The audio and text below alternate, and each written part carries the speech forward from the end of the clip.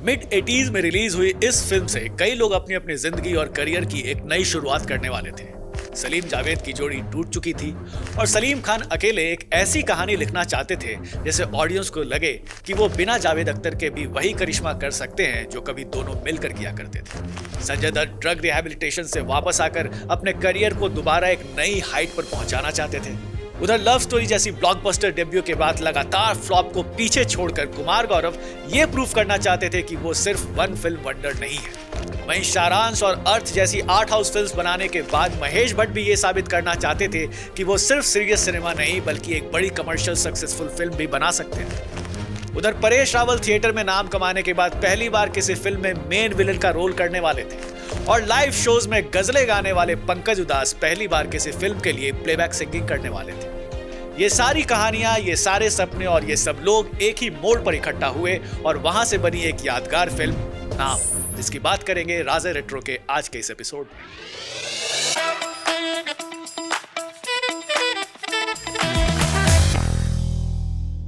बात है 1981 की। हिंदी फिल्म इंडस्ट्री में दो नए लड़कों ने डेब्यू किया, राजेंद्र कुमार के बेटे कुमार गौरव और सुनील दत्त के बेटे संजय दत्त।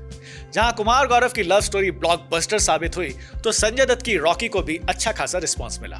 दोनों एक्टर्स की शानदार शुरुआत के बाद कई प्रोड्यूसर्स डायरेक्टर्स इन्हें अपने फिल्म में लेना चाहते थे। उन्हीं में से एक थे महेश भट्ट। महेश एक दो भाइयों की कहानी का आइडिया लेकर इन दोनों एक्टर्स से मिले। कहानी का टाइटल था हमेशा।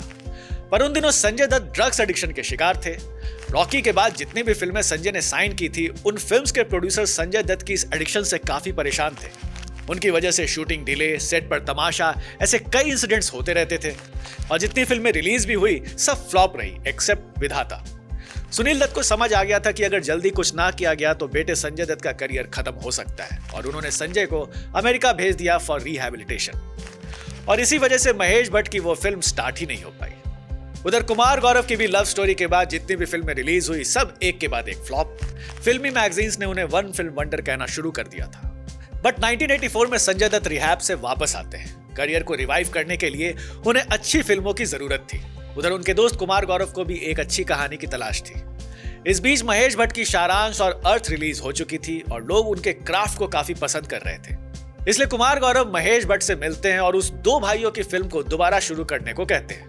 पर महेश ने कहा कि उनके पास कोई प्रोड्यूसर नहीं है। ये सुनकर कुमार गौरव अपने पापा राजेंद्र कुमार के पास जाते और उनसे मदद मांगते हैं। आफ्टर ऑल उनकी पहली फिल्म लव स्टोरी भी राजेंद्र कुमार ने ही प्रोड्यूस की थी।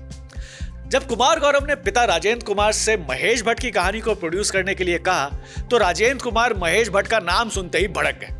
दरअसल राजेंद्र कुमार उस वक्त महेश भट्ट को ओशो के फॉलोअर के रूप में जानते थे और शायद महेश भट्ट को पसंद नहीं करते थे। इसलिए उन्होंने कुमार गौरव से पूछा, कौन महेश? वो रजनीशी? कुमार गौरव समझ गए कि राजेंद्र कुमार को महेश भट्ट पसंद नहीं है, लेकिन उन्होंने उनसे कहा कि आपको उनका आइडिया एटलीस्ट एक बार सुनना चाहिए।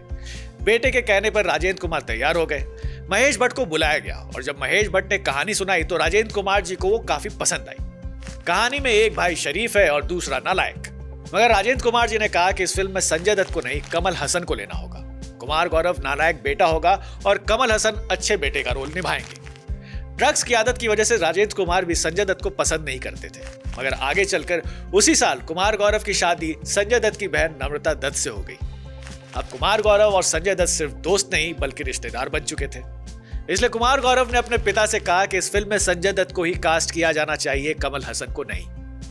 इस बार राजेंद्र कुमार को कोई ऑब्जेक्शन नहीं हुआ और इस तरह संजय दत्त इस फिल्म के पार्ट बन गए। हीरोज की कास्टिंग तो हो गई पर इस कहानी का स्क्रीन प्ले नहीं था और महेश भट्ट ये स्क्रीन प्ले सलीम खान से लिखवाना चाहते थे। तब तक सलीम जावेद की जोड़ी टूट चुकी थी और महेश भट्ट ने अंदाजा लगा लिया था कि इस वक्त सलीम खान किसी फिल्म की स्क्रिप्ट लिखने के लिए काफी एक्साइटेड होंगे। महेश भट्ट ने सलीम खान से बात की। सलीम खान ने भी बताया कि जावेद अख्तर से अलग होने के बाद उन्हें कई फिल्मों के स्क्रिप्ट्स लिखने के ऑफर आए हैं मगर उनमें से किसी भी कहानी का प्लॉट उन्हें पसंद नहीं आया। फिर एक दिन महेश भट्ट और राजेंद्र कुमार सलीम खान के पास गए। महेश भट्ट से कहानी का प्लॉट सुनने के बाद सलीम खान को स्क्रीन प्ले लिखने की पेशकश की गई मगर बेसिक प्लॉट सुनने के बाद ही सलीम खान ने कहा कि यह फिल्म बन ही नहीं पाएगी। यह सुनकर राजेंद्र कुमार हैरान हो गए। वजह पूछने पर सलीम खान ने कहा कि कहानी का प्लॉट ही गलत है। उस वक्त प्लॉट कुछ ऐसा था कि एक औरत अपनी सौतन के बेटे को अपने बेटे के साथ पालती है और उसे अपने बेटे से ज्यादा प्यार करती है, लेकिन आखिर में वही सौतेला बेटा उस औरत को मार देता है। सलीम खान ने कहा कि ऑडियंस इस प्लॉट को एक्सेप्ट नहीं करेगी।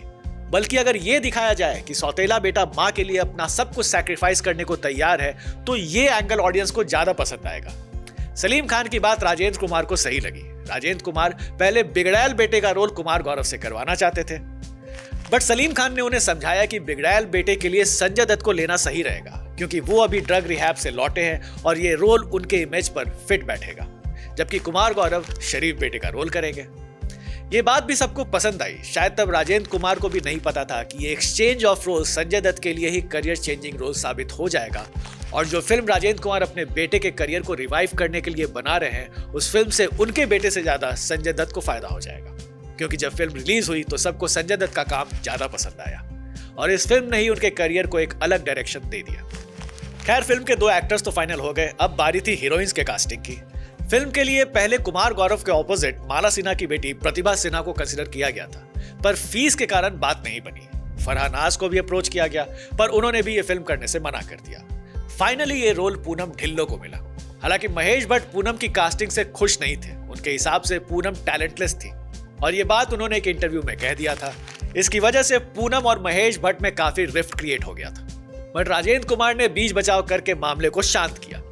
उधर संजय दत्त के ऑपोजिट अमृता सिंह को कास्ट किया गया। दोनों इससे पहले एक साथ किसी भी फिल्म में नजर नहीं आए थे, बट सबसे इंपॉर्टेंट रोल था मदर का, जिसके लिए सबको लगा नूतन ही बेस्ट चॉइस होंगी, क्योंकि इससे पहले नूतन मेरी जंग में मां का रोल प्ले कर चुकी थी, जिसके लिए उन्हें अवार्ड भी मिला था, और इस तरह नूतन भी इस फिल्म का हिस्सा हो गई। पर इस फिल्म का आखिर नाम क्या होगा? पहले तो इसका टाइटल हमेशा था, पर कुमार गौरव के सजेशन पर इसे चेंज करके नाम कर दिया गया, क्योंकि ये कहानी थी एक माँ की जो अपने सौतन के बेटे को अपनाकर उसे अपना नाम देती है। इसलिए फिल्म का टाइटल नाम रखने का आइडिया सबको पसंद आया।